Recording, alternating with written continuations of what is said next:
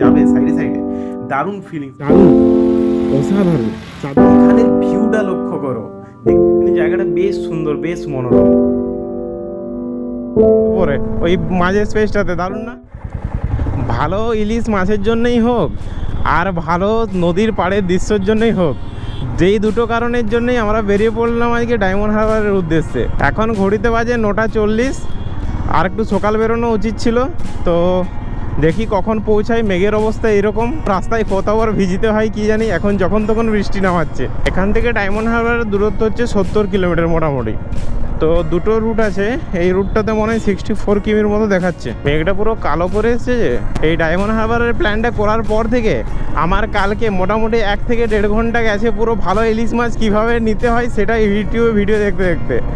কোথায় চোখ, গায়ের রং, কী বলে পটলের মতো দেখতে হতে হবে, এইসব ইনফরমেশন নিয়ে যাচ্ছি। জানি না যে ভালো কিনতে পারবো কিনা, জাস্ট এটা ট্রাই। চলো। ইলিশের যে স্বাদ বা গন্ধ, এই দুটোই কিন্তু আসে নদীর ইলিশ থেকে। মানে যেসব ইলিশ সাগর থেকে নদীতে ডিম পাড়তে আসে, সেই ইলিশ নদীতে আসার পরে নদীর বিভিন্ন জিনিস খেয়ে তারপরে তাদের মধ্যে একটা ফ্যাট জমে, যেটার কারণে ইলিশের মেন টেস্ট হয়। কিন্তু সাগরের মাছে কিন্তু সেই টেস্ট থাকে না। অতএব সেইটা একটু দেখে শুনে নিতে হবে আর কি। প্রতিবার তোমরা প্রতিটা ব্লগে দেখেছো আমরা মা ফ্লাইওভারের উপর দিয়ে যাই, কিন্তু আজকে মা ফ্লাইওভারের নিচ দিয়ে যাবো। এই বিল্ডিংটা, যেটার ওই দুটো বিল্ডিং কানেক্টিং একটা জায়গা আছে দেখতে পাচ্ছ, ওটা মনে হয় সুইমিং পুল করা আছে উপরে ওই মাঝের স্পেসটাতে। দারুণ না? রাস্তা জানা না থাকলে মোটো ব্লগ করা কিন্তু খুব কঠিন। মানে তুমি ম্যাপ দেখবে, রাস্তা দেখবে না বকবক করবে। এরপরে আমাদেরকে একদম ঘুরে যেতে হবে একদম রাইডে। এখনও 50 কিলোমিটারের জন্য দেখাচ্ছে 1 ঘন্টা 56 মিনিট। রাস্তায় জ্যাম আছে নাকি বুঝতে পারছি না, বাট টাইমটা অনেক বেশি দেখাচ্ছে। কেন তার কারণটা আমি এখনও জানি না। এই ডায়মন্ড হারবারের ইতিহাস সম্পর্কে একটু জেনে নিয়ে যাক। এই জায়গাটার কিন্তু নাম আগে ডায়মন্ড হারবার ছিল না, এটার নাম ছিল হাজিপুর। এবং এখানে ইংরেজরা আসার পরে মানে তারা কী করতো, এটা অ্যাজ এ পোর্ট হিসাবে ব্যবহার করতো, মানে নদী বা সমুদ্রে যাওয়ার পোর্ট হিসাবে ব্যবহার করতো। এবং তারপর থেকে এই জায়গার নাম হয় ডায়মন্ড হারবার। তো তার আগে কিন্তু এই জায়গার নাম ছিল হাজিপুর। আর এটা হচ্ছে সাউথ 24 পরগনা জেলায় অবস্থিত, হুগলি নদীর তীরে গড়ে ওঠা একটা শহর। এর প্রাকৃতিক সৌন্দর্য কিন্তু দারুণ। যখন নদী এবং সূর্যাস্ত দুটো একসাথে ওখানে দেখা যায়, দারুণ তোমার দেখতে লাগে। মানে এই জায়গার ডায়মন্ড হারবার নামকরণের পিছনে একটা ভালো লজিক্যাল কারণ রয়েছে। কীরকম, এখানে যখন সূর্যের আলো জলে পড়ে তখন এটা নাকি হীরের মতো চকচক করে জলটা, তাই এই জায়গাটার নাম হয়েছে ডায়মন্ড হারবার।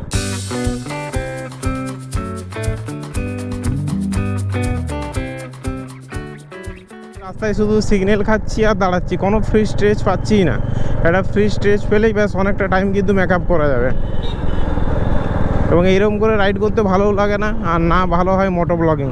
বাহ, এই গাছটা তো বেশ সুন্দর। ইলিশের চক্করে এত হেপা পোয়াতে হবে এটা আমি আশা করিনি। এই রাস্তা দেখে আমার একটা কথা মনে পড়লো, তোমরা চাইলে ট্রেনেও যেতে পারো। কিন্তু হ্যাঁ, ওখানে কিন্তু নদীর পাড়ে পাড়ে বাইক চালানোর মজাটা ডিফারেন্ট হবে, সেটা কিন্তু ট্রেনে পাবে না। কি মোটু, আজকে বিরাট কষ্ট হয়েছে বল, জ্যামে জ্যামে। এটা কি? বাহ, মন্দিরটা তো বেশ ভালো দেখতে। ও ভাই, এই মাছ দেখো, মাছ। আমরা রাস্তায় যেতে যেতে মন্দিরটা দেখতে পেলাম, তো ভাবলাম মন্দিরটা একবার ঘুরেই নিয়ে যাক। পার্কিং দাদা আগে।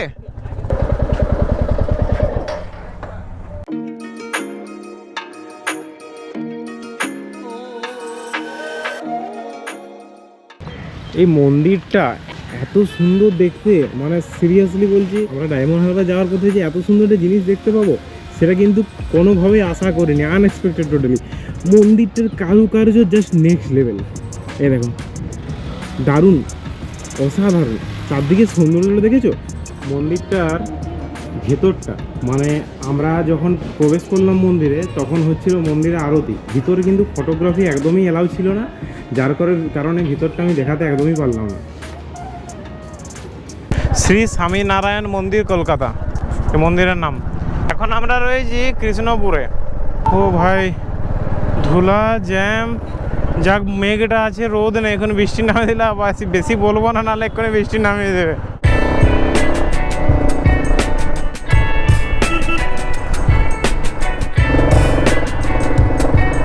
অনেকক্ষণ পরে গাড়ি ঘোড়া এসব ছেড়ে একটু গ্রিনারি ফিল পাচ্ছি।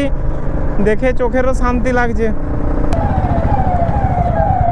বৃষ্টিটা বেশ ভালোই হলো, তখন আমরা পেট্রোল পাম্পে দাঁড়িয়েছিলাম।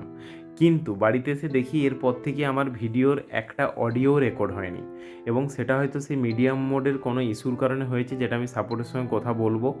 আর এরপর থেকে তোমরা কিছু কিছু জায়গায় ভয়েস ওভার পাবে, আবার কিছু কিছু জায়গায় ভয়েস রেকর্ড হয়েছে সেটা নর্মাল কোথাও পাবে। এখান থেকে ডায়মন্ড হারবার রাইটে বেঁকে যেতে হবে, তাই আমরা রাইটের রাস্তাটা নিয়ে নিলাম। এই জায়গাটার নাম বঙ্গনগর। আর এই জায়গাটার প্রাকৃতিক সৌন্দর্য কিন্তু বেশ ভালো, এবং রাস্তায় কোনো সেরকম জ্যামও পায়নি। আর দু সাইডে দেখতে পাচ্ছ সবুজ গাছ, আর বৃষ্টি হওয়ার পরে তো ওয়েদারটা একদম দারুণ হয়ে গেছিলো।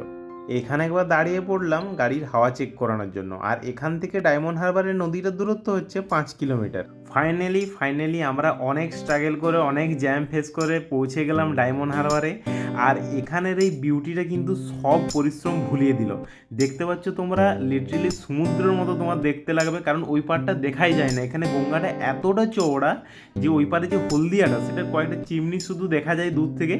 আর নদীটা দারুণ একটা সৌন্দর্য পাওয়া যায় যখন তুমি রাস্তাটা দিয়ে বাইক চালিয়ে যাবে সাইডে সাইডে, দারুণ ফিলিংস লাগবে, দারুণ। এই নদীর পাড়ে কিন্তু বসে থাকার মজাই আলাদা। দেখতে পাচ্ছ অনেকেই বসে রয়েছে এই নদীর পাড়ে এবং একান্তে সময় কাটাচ্ছে, এবং সেটা সত্যিকারের একটা ডিফারেন্ট মজা। তোমরা জায়গাটা না এলে কিন্তু এই জিনিসটা ফিল করতে পারবে না।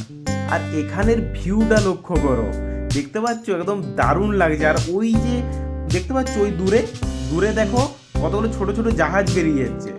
আর এই ভিউটা দারুণ, আর এত সুন্দর হাওয়া দিচ্ছে, দারুণ পুরো। তো এই অন্নপূর্ণাতে আমরা ভাত খেয়ে নিলাম, ভাত আর এক পিস ইলিশ নিয়েছিলাম। ইলিশ ওটা সমুদ্রে জল আছে, জোয়ার চলছে মনে হচ্ছে, জোয়ার। এখানে বসে থাকার মজাটাই আলাদা হবে। নাম হচ্ছে ডায়মন্ড মুক্তাঙ্গন। অ্যান্ড এখান থেকে ভিউটা কিছুটা এরকম। রবীন্দ্রনাথের স্ট্যাচু করা আছে এখানে পুরো।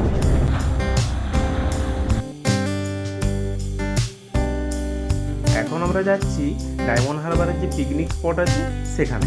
আর এখানে আমাদের এন্ট্রি ফি লাগলো 30 টাকা। মোটুর জন্য একটা, আমার জন্য একটা, আর শিল্পার জন্য একটা। এই জায়গাটা শীতকালে কিন্তু বেশ জমজমাট ভিড় থাকে। এখন বর্ষাকালে অতটা ভিড় নেই, কিন্তু বেশ সুন্দর এখনও লাগছে। এখানে গাড়িটা পার্ক করে আমরা যাব এখন ওইদিকে একটা ভাঙা কেল্লা আছে সেটা দেখতে। তো এখন রাস্তায় যেতে যেতে আমরা দেখলাম যে এখানে রাস্তাটা প্রচুর খারাপ। তো এই রাস্তাটা কোনোভাবে পেরিয়ে আমরা যখন ওই সাইডে গেলাম তখন জানতে পারলাম ওদিকে কেল্লাটা নাকি জোয়ারের কারণে জলে ডুবে আছে। এত কেল্লা দেখা হলো না, কিন্তু এখানে ন্যাচারাল বিউটি ছিল অসাধারণ। আর আমাদের সাথে এই যে কাকিমাকে দেখতে পাচ্ছ, উনি কিন্তু আমাদেরকে এই জায়গাটা বেশ ঘুরিয়ে ভালো করে দেখাচ্ছিলেন। আর দেখতেই পাচ্ছ এখানে যে ঝড়ে কতগুলো গাছ এরকম ভেঙে পড়ে গেছে, নদীর ধারটা মাটিগুলো ছেড়ে ছেড়ে পড়ে আছে কীরকম, কিন্তু জায়গাটা বেশ সুন্দর, বেশ মনোরম।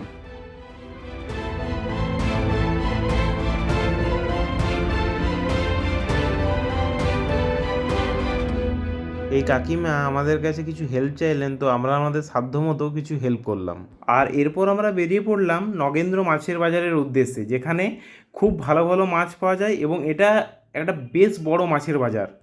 এখানে এসে বুঝতে পারলাম আমার কথাগুলো রেকর্ডই হয়নি, তাই মাইকটা ঠিক করলাম। তো হ্যালো হ্যালো হ্যালো, কত করে দাদা কিলো ইলিশ?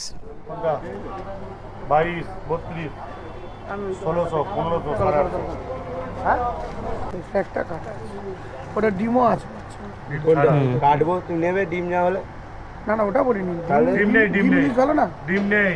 প্রচণ্ড দাম বলছে ইলিশের, আর আদৌ আমরা বুঝতে পারছি না যে টাটকা কিনা।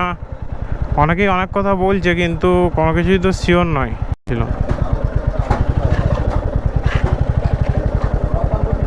টাটকা নয়, পুরো পিওর ডায়মন্ড ভুটভুটি মাছ, ডায়মন্ড হচ্ছে ভুটভুটি মাছ, কোনো বাইরের নয়, কোনো এক্সপোর্টের মাছ নয়, পুরো ফ্রেশ টাটকা মাছ। আপনি দেখেন, এ করে দেখেন, আপনি দেখেন, আমি জল দিচ্ছি, মাছ আছে দেখেন, আমাদের নিজস্ব ভুটভুটি ধরা, ঠিক আছে? দেখেন আমাদের সঙ্গে কোনো মাছ কবে কার এটা? কালকে আর ডিম ছাড়া নেই? ডিম ছাড়া এই তো ডিম ছাড়া, এটা কি? হ্যাঁ, নিশ্চিন্তে চোখ বন্ধ, ভরসা করে নিয়ে যাবেন। 3500 টাকা রাখ হয়ে গেল এই মাছ, দামটা তো অনেক বেশি বলছে। তাও 2 পিস হ্যাঁ, ভালো জিনিসের তো ভালো দাম দিতে হবে, দিদি ভাই। আমি দেখাচ্ছি,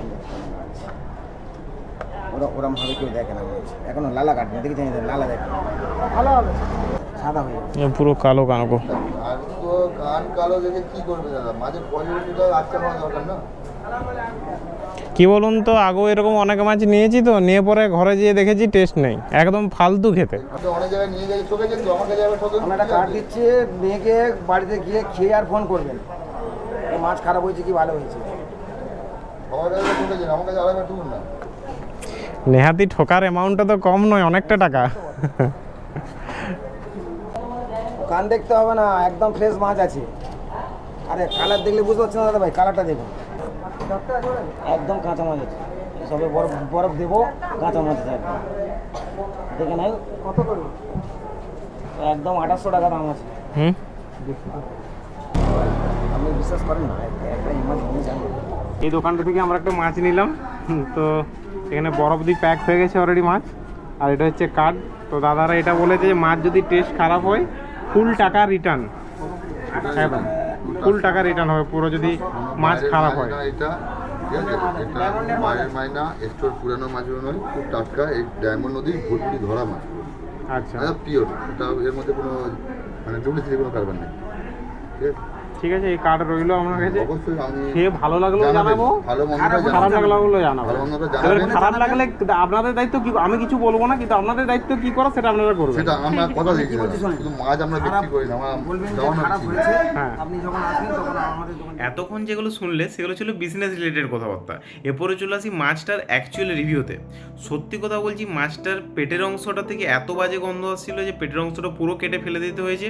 মাছের উপরের অংশটা খেতে ভালো, যেটা ভালো সেটা অবশ্যই ভালো, কিন্তু এতটাও ভালো নয় যেটা ওই 2500 টাকা কেজি দরটাকে জাস্টিফাই করতে পারে। আর চলে আসি সেই কার্ডে ফোন করাতে। আমি ওদিকে ফোন করেছিলাম, ওরা বললো অনেক কথাই বললো, ইভেন এটাও বললো যে বিজনেসের খাতিরে অনেক কথাও বলতে হয়, তবে এটাও বলেছে যে নেক্সট টাইম যখন কিনতে আসবেন তখন আমরা কিছুটা অ্যাডজাস্ট করে দেবো। কিন্তু জানি না এত কনফিডেন্টলি মানুষ যখন বলে তাদেরকে না বিশ্বাস করে কিভাবে থাকা যায়। আমি তো ঠকে গেলাম, তোমরা কিন্তু ঠকো না, দেখে শুনে নিও। আর হ্যাঁ, তোমরা যারা যারা বাঁকুড়ার বিভিন্ন জায়গা নিয়ে ভিডিও দেখতে ভালোবাসো তারা কিন্তু এই প্লেলিস্টে দেখতে পারো। এখানে আমি বাঁকুড়ার ভিডিও আপলোড করি এবং এখনও আপলোড করা চলছে। তো চলো, আজকের মতো টাটা।